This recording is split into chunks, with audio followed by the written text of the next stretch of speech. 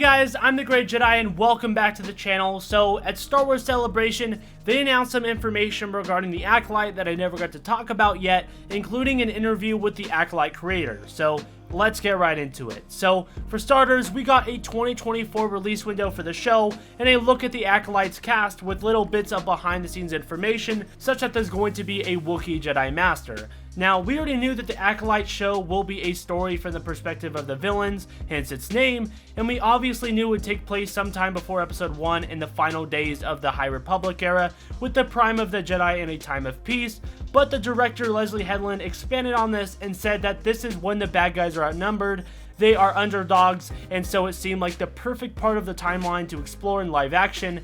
Then she named some of her inspirations, such as samurai and martial art films, with a focus on relationships from master and apprentice to siblings, and she also said that she went back to a lot of films that inspired George Lucas. Not only that, but they also expanded upon what we can expect from the show, saying that the Acolyte is a mystery thriller that will take viewers into a galaxy of shadowy secrets and emerging dark side powers in the final days of the High Republic era. A former Padawan reunites with her Jedi Master to investigate a series of crimes, but the forces they confront are more sinister than they ever anticipated. The High Republic saw the Jedi Order at its prime, centuries prior to the events of Star Wars The Phantom Menace. Then the people at the exclusive Acolyte panel got to see the first look of the show, and I obviously can't show any of that because of copyright reasons, but here's a quick description of what was shown. So this trailer actually featured lots of Jedi in action and began with younglings in a meditative exercise as a Jedi relays words of wisdom, saying, "Close your eyes can deceive you, we must not trust them, the Force is powerful, it is power we must respect." Then it opened to the mysterious imagery and fast-moving combat, including a battle between a Jedi character and a blade-wielding assailant, and it finished off with several Jedi igniting their lightsabers before an unseen foe.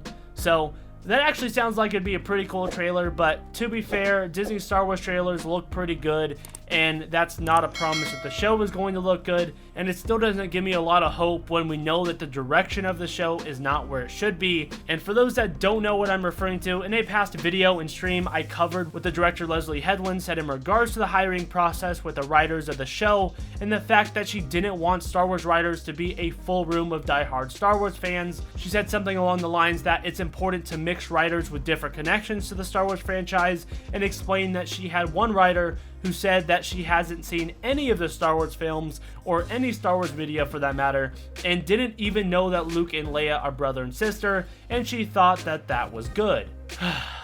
Listen here, Leslie. There's a difference between a different connection to Star Wars and no connection. There's a difference. Now, I'm not going to expand upon what I think about this right now, because I don't want this video to turn into an hour-long video of me just going off on this tangent. Plus, we've already done that on the channel, so if you think that Leslie is actually onto something really good and you don't see the problem with that direction, that's okay. You probably like most of the Star Wars stuff Disney puts out anyways. I just don't really know what is going through Leslie's head on that one, but it is what it is. Not only that, Leslie explained that she started brainstorming the Acolyte by challenging the status quo by making statements and asking questions like, and I quote, "You just go, well, where's the part that's nobody's going, what about that?" And so to me, the institution of the Jedi was that. So they train children, and that seems super complicated of a thing. It's not criticism, it's just like, well, that seems strange. And she even questioned decisions made by Lucasfilm previously, and ones regularly brought up by fans, such as how Palpatine became Supreme Chancellor without Yoda knowing. So, Leslie, there are answers to those questions, but like I said before, I don't want this video to turn into an hour long, because this is a news update going over all the Acolyte stuff. But for those that are interested in more of my thoughts about this, feel free to tune into my streams.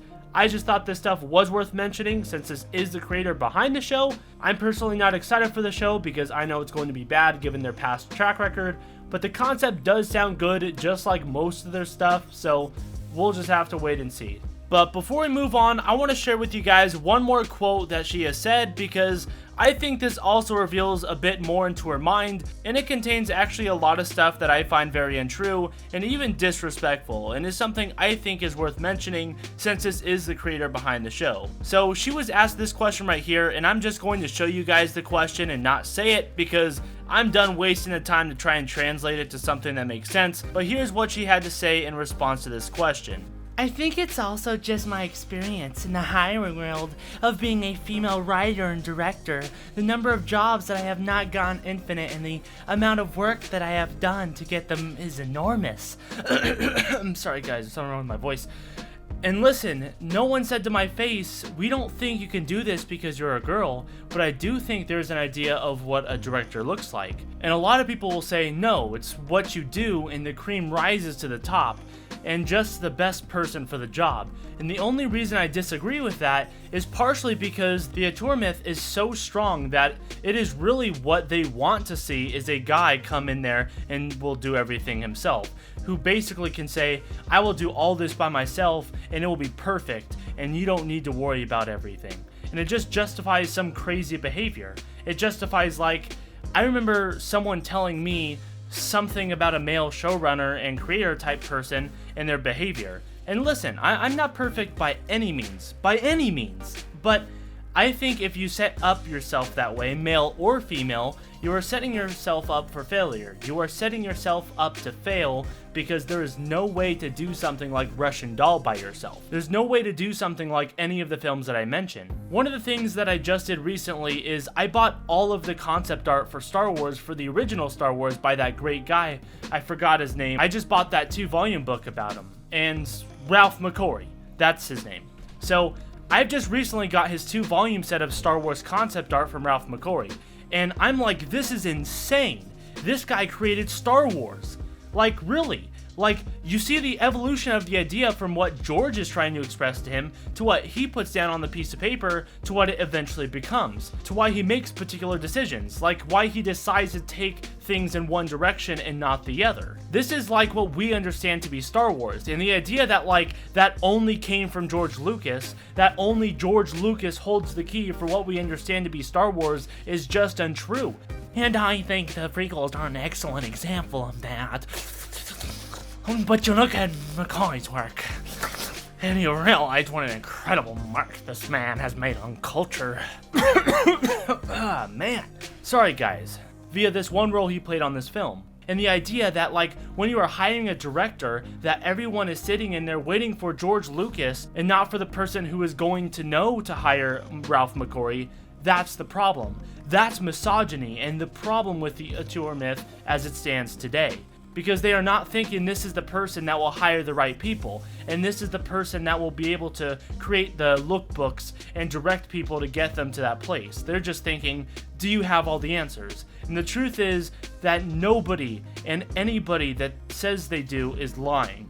Whether it's an editor like Thema or Marshall Lucas, whether it's an editor or production designer like Polly Platt, or if it's an actor, it is a Gwen Verdon or Mia Farrow. The idea that that person is replaceable and the writer and director is not is something I would challenge, and I would challenge that to myself as well. I would take myself to that task. I am not any more indispensable than my crew is. So yeah, there you have it.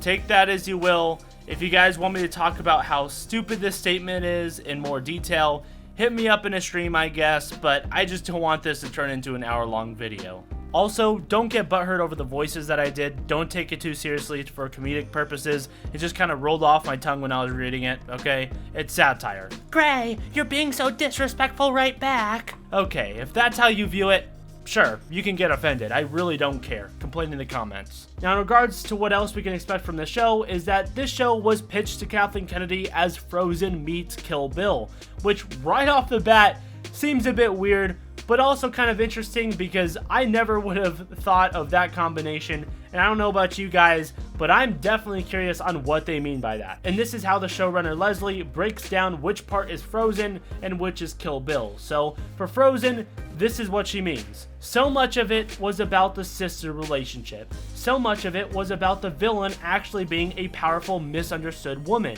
There was just so much of it that I couldn't believe what I was watching. I couldn't believe that it was a cartoon with music. It it was hitting me on such a deep level and yet servicing the genre so well. And for Kill Bill, this is what she says. I think it's a really good reference for the modern day martial art film. Obviously, Toronto took inspiration from a lot of the movies that our action team and a lot of our design team pulled from, which is stuff from the Shaw brothers to Akira Kurosawa and his samurai films, but also films like Ang Lee's Crouching Tiger, Hidden Dragon. So obviously, with all that information, there were some things that sounded great and some things that sounded really concerning, which means most likely it's going to be another flop given Disney Star Wars' history. I hope it is good, but there's just a lot of red flags from what they've already revealed, and to be honest, even Star Wars projects that don't sound bad typically have problems with them, so we'll just have to wait and see. Anyways, that's going to do it for this video. Let me know what you guys think of all this information down in the comments. And if you enjoyed the video and want to stay up to date on all Star Wars stuff, including news and all things Star Wars The Acolyte, please consider subscribing and liking the video.